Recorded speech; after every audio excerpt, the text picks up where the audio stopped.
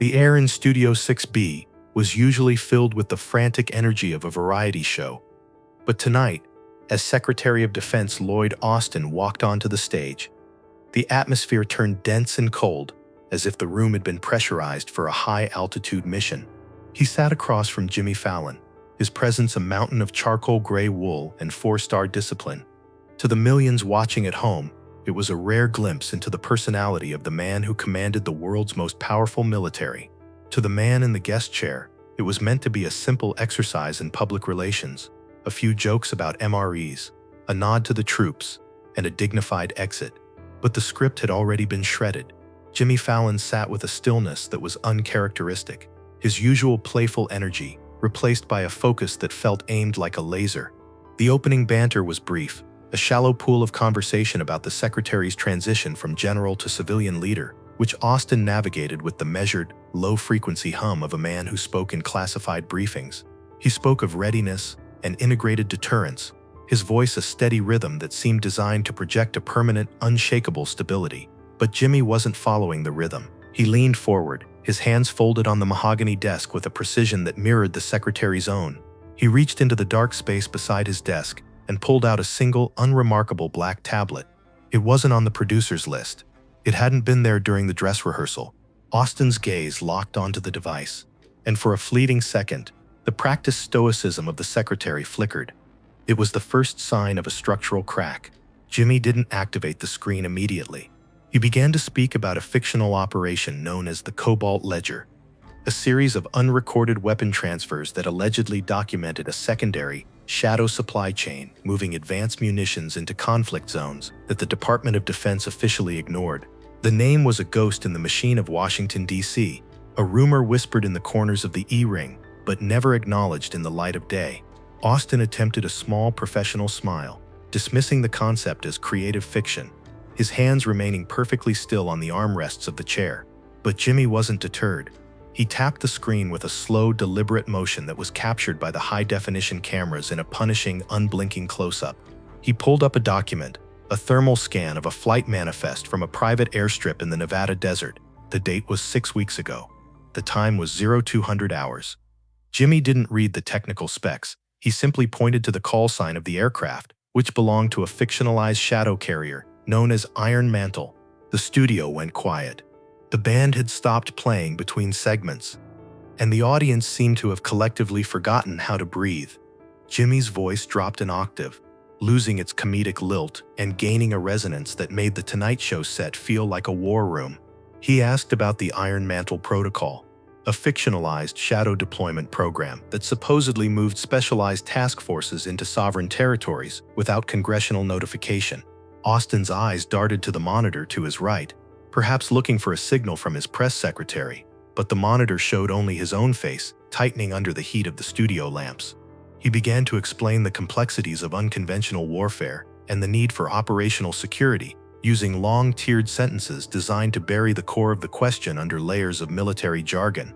Jimmy waited. He let the secretary speak for 4 full minutes, allowing the verbal fortress to grow until it was inescapable. Then, he interrupted with a single devastating question. "Why did you sign for the delivery yourself, Lloyd?" The use of his first name was a surgical strike. It stripped the secretary of his rank, his title, and his distance. Jimmy produced a second image on the tablet. It was a grainy, high-contrast digital scan of a signature pad from a secure terminal. The signature was unmistakable, a jagged, authoritative mark that had authorized the transfer of millions of dollars in dark-side assets to the fictional Iron Mantle network. The silence that followed was the loudest thing ever recorded in Studio 6B. Austin tried to speak, his mouth opening as if to issue a command, but no sound came out. His throat worked visibly as he tried to find a way to reframe the evidence. The 4-star general was gone, replaced by a man who realized that the perimeter had been breached and there were no reinforcements coming. Jimmy didn't gloat. He sat with his hands folded, watching the collapse with a profound professional indifference. He spoke of the Cobalt Archive, a fictionalized database that allegedly contained the coordinates of the secret caches where the Iron Mantle assets were hidden. He didn't ask if the caches existed. He asked how it felt to know that the map was now public property. The secretary's breathing became shallow. a rhythmic hitch that was amplified by the sensitive lapel microphone. He looked toward the wings of the stage, but the shadows there were empty. The studio lights had focused entirely on the guest chair, until it felt like a pedestal in a void. Jimmy began to recount the narrative of the fictional Cobalt Ledger, describing the way the shadow system had been built, one off-book deployment at a time, until it was a parallel military operating in the heart of the Pentagon.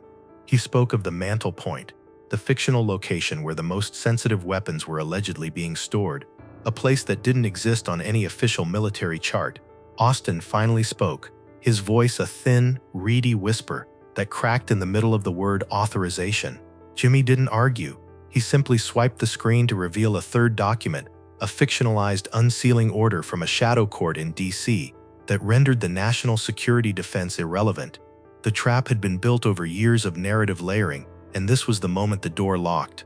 Austin's hand went to his forehead, a gesture of total psychological defeat that the cameras captured in excruciating detail. He looked like a man who had spent his life building walls, only to find himself on the wrong side of the final one. Jimmy leaned forward, his face just inches from the secretary's. He didn't scream. He spoke the truth with the cold certainty of a mission debrief. He spoke of the betrayal of the oath, not with anger, but with the quiet finality of a historian. He told Austin that the cameras would never stop rolling on this moment, that this was the definitive record of his command. The secretary's posture remained upright, a habit of a lifetime, but the spirit behind the eyes had retreated into a dark, silent bunker. The Cobalt signature was the final blow, a digital ghost that matched Austin's exactly, authorizing the launch of a fictionalized Operation Obsidian that bypassed the president himself. The paper didn't just contain a name, it contained the end of a career. The audience remained in a state of stunned paralysis. There was no applause, no laughter, no heckling. There was only the sound of a legacy being dismantled in a room where people usually came to see a comedian play egg Russian roulette. Jimmy stood up, but he didn't walk toward Austin to offer a handshake. He walked toward the camera, leaving the secretary sitting in the dark, a small broken silhouette against the blue curtain. Jimmy spoke to the audience, his voice steady and calm, telling them that the story of the Cobalt Ledger was now their story. He told them that the bunker was open and the lights were finally on. The screen stayed on Austin for a full minute after Jimmy finished speaking.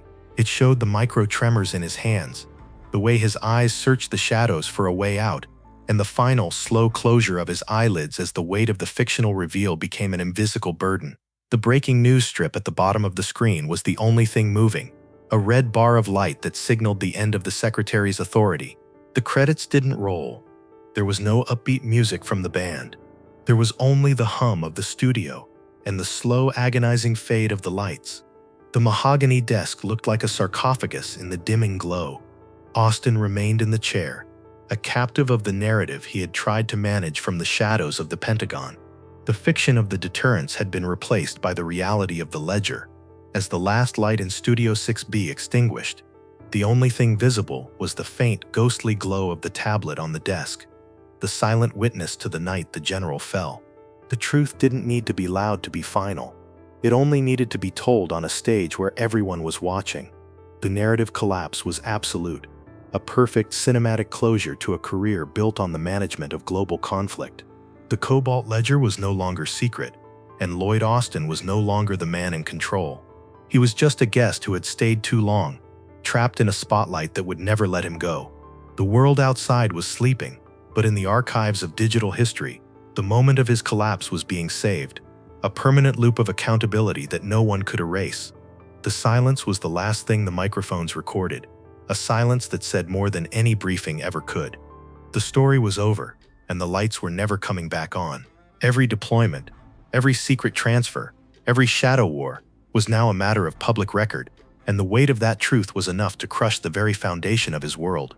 The camera pulled back, showing the empty rows of the audience, the silent instruments of the band, and the two figures on the stage, one walking away and one trapped in a spotlight that would never dim. The narrative had reached its climax, and the descent was final. There were no more briefings to give, no more strategies to propose. There was only the static, the silence, and the cold, hard certainty that the iron mantle had finally broken.